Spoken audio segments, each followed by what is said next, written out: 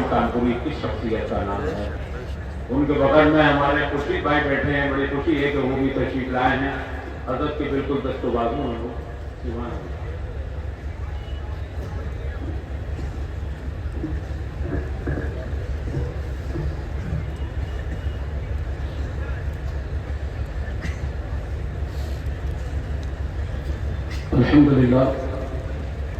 الحمد لله رب العالمين والعاقبة للمتقين والصلاة والسلام على سلطان السلاطين سيد الأنبياء والمرسلين محمد المختار وآله الأطهار وأصحابه الأخيار.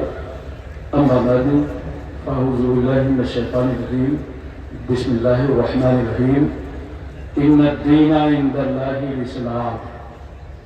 صدق الله مولانا العظيم وصدق رسوله النبي الكريم ونحن على ذلك لمن الشاهدين والشاكرين والحمد لله رب العالمين.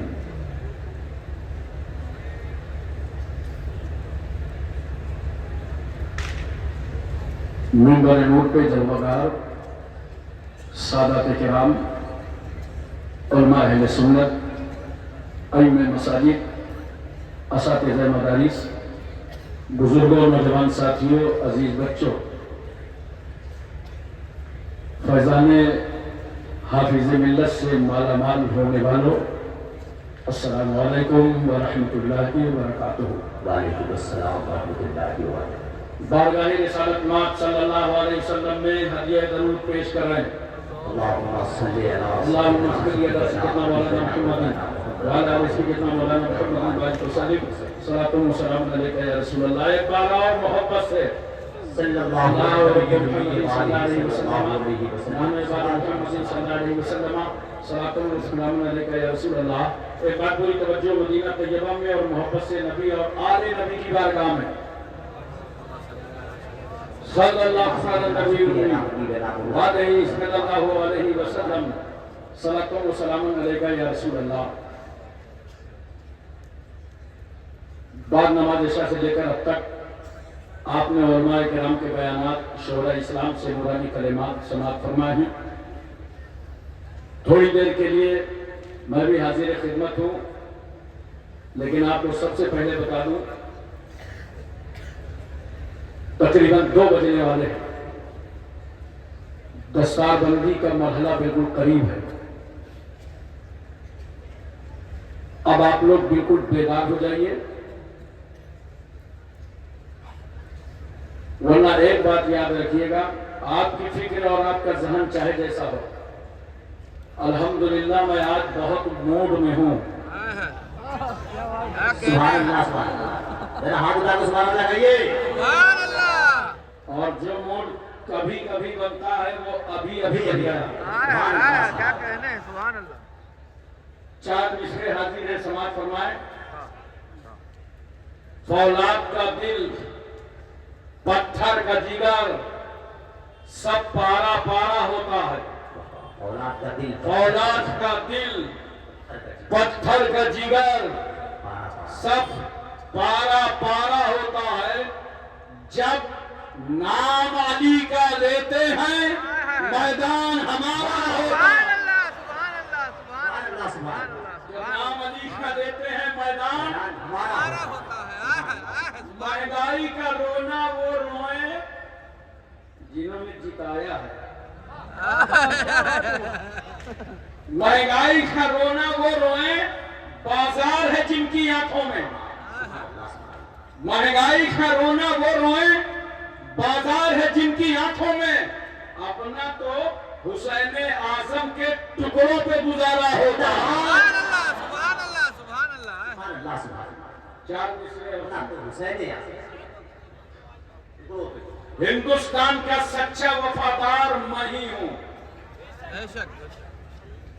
ہر آدمی دعویٰ کرتا ہے نا کہ میں پکا دیش بھکتی ہوں، لیکن میں دلیل کے ساتھ بتا رہا ہوں ہندوستان کا سچا وفادار میں ہی ہوں. کچھ بولیے کہ میں شیطان والی نہیں ہوں، اس میں پوری قوم شامل ہے. سبحان اللہ. ہندوستان کا سچا وفادار میں ہی ہوں، قبروں سے پوچھ اصل زمیندار میں ہی ہوں، آئے کیا کہنے آئے قبروں سے پوچھ اصل زمیندار میں ہی ہوں۔ دریا کے ساتھ وہ تو سمندر میں بہ گیا، دریا کے ساتھ وہ تو سمندر میں بہ گیا، مٹی میں مل کے مٹی کا حقدار میں ہی ہوں۔ واہ واہ واہ واہ واہ واہ سبحان اللہ ہم جیسے وفادار کم ہی نکلیں گے، ہم جیسے وفادار کم ہی نکلیں گے، زمین کھود کے دیکھو تو ہم ہی نکلیں گے۔ سبحان اللہ سبحان اللہ سبحان اللہ محترم حضرات، یہ پورے ایشیا کا جامعہ اشرفیہ کا اہم اسٹیج ہے اور ایک ذمہ دار اسٹیج ہے۔ علماء اہل سنت سے اسٹیج کھچا کھچ بھرا ہوا۔ نعرہ تکبیر، نعرہ رسالت، علماء اہل سنت، خطباء اہل سنت، خطیب الہند علامہ عبد اللہ خان صاحب قبلہ آسمی، نعرہ تکبیر، نعرہ رسالت۔ ماشاءاللہ دیکھیے،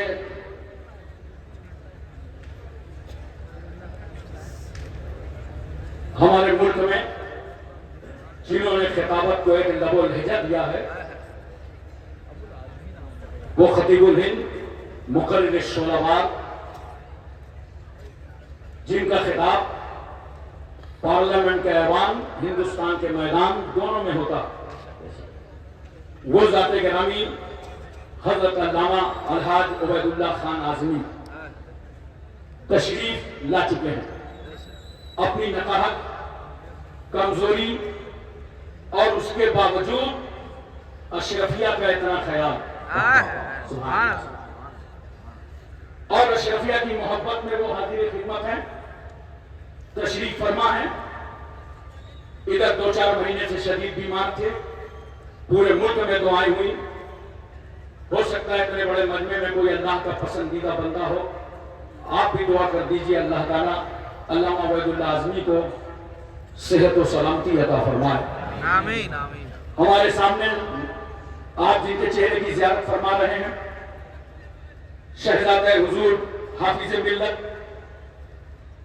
مخدوم گرامی شیخ طریقت رہبر شریعت حضرت علامہ الحاج الشام عبد الحفیظ صاحب قبلہ مجدد العلانی والنورانی، سربراہ اعلیٰ جامعہ اشرفیہ، اللہ تعالیٰ ان کا سایہ جماعت اہل سنت پر قادر قائم و دائم فرمائے۔ ان بزرگوں کی زیارت کیجیے۔ تھوڑی دیر کے لیے میں حاضر خدمت ہوں، اور واقعی یہاں کے اساتذہ قابل ہیں اور اشرفیہ مقبول ہے۔ دونوں چیز یہاں پائی جاتی ہے، قابل اور مقبول دونوں پائی جاتی ہے۔ اور اب اللہ کا خاص کرم ہے کہ اللہ تعالیٰ نے اشرفیہ کو وہ عزت، وہ وقار، وہ بلند پائیگی عطا فرمائی ہے کہ آج ہر سمت سے آواز آ رہی ہے اشرفیہ ہمارا زندہ باد، زندہ باد۔ ارے بولو یار، محبت سے کچھ ہوں ہاں کرو، سبحان اللہ، سبحان پیار اللہ سے بولو سبحان اللہ۔ سبحان اللہ آزو بازو میں چیک کرو، کوئی سو رہا ہو تو اس کے کان میں بولو سبحان اللہ، سبحان اللہ تاکہ جگانے کا بھی ثواب مل جائے اور سبحان اللہ کہنے کا بھی مل جائے۔ سبحان اللہ پیار سے بولو سبحان اللہ۔ سبحان اللہ سبحان اللہ آپ غور کیجئے،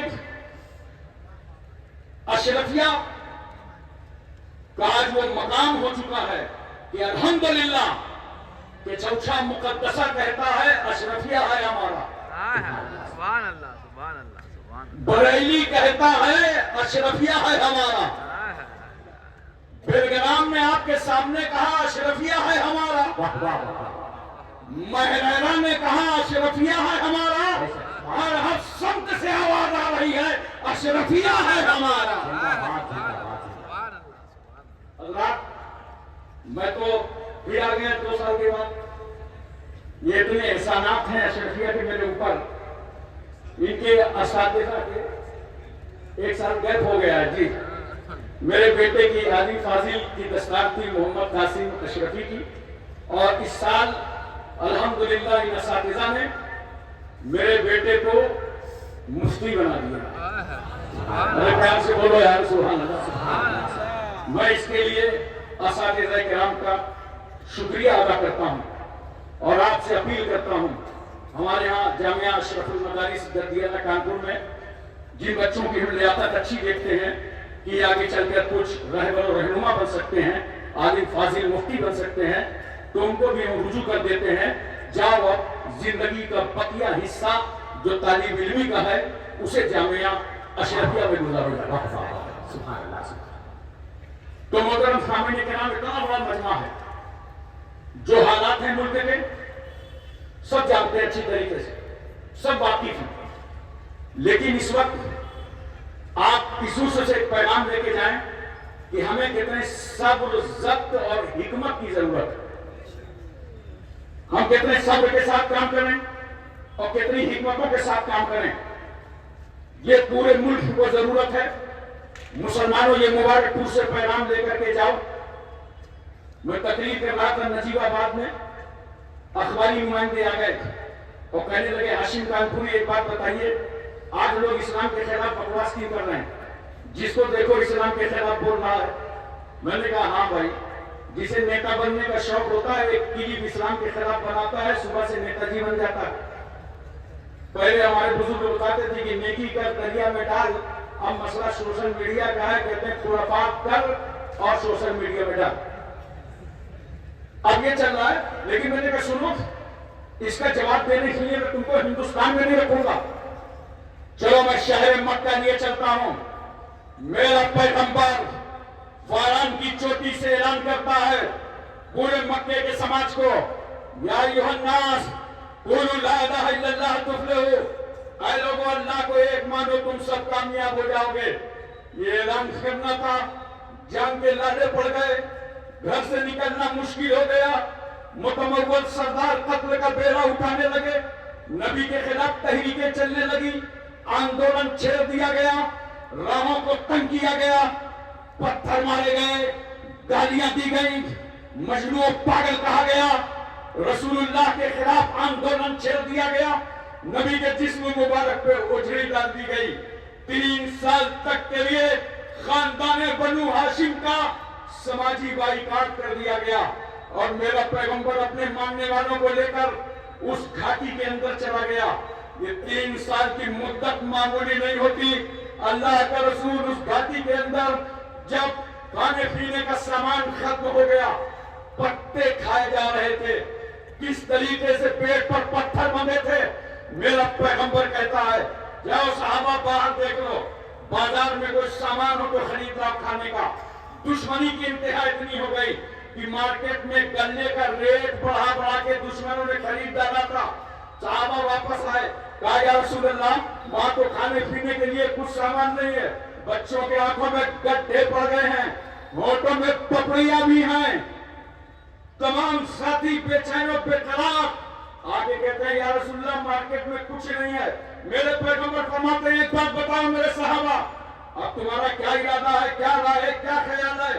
یک زبان ہو کر صحابہ نے کہا تھا یا رسول اللہ نہ کھانا چاہیے, نہ پانی چاہیے, نہ دانا چاہیے, مصطفیٰ آپ کا زمانہ چاہیے.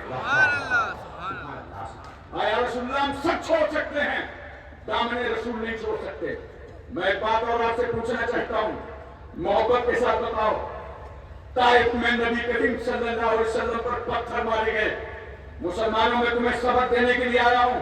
صحابہ نے گھیرا تو بنا لیا کہ نبی پہ پتھر نہ پڑنے پائے, مگر تاریخ گواہ ہے کسی صحابی نے وہ پتھر اٹھا کے پتھر مارنے والوں کی طرف نہیں پھینکا. بے شک توجہ کیجیے ذرا سا, وہ پتھر دشمنوں کی طرف نہیں پھینکا, وہ پتھر ظالموں کی طرف نہیں پھینکا, بلکہ اپنے سینے پہ لیتے رہے اور صبر کرتے رہے. یاد رکھنا دوستو, تم رسول صلی اللہ علیہ وسلم کی سیرت پر عمل کرو, غلطی سے بھی تمہارے ہاتھ سے کوئی پتھر نہ اٹھنے پاوے. نبی نے پتھر کھا کے پتھر مارنے کی اجازت نہیں دی ہے. حکمتوں سے زندہ رہنا سیکھو.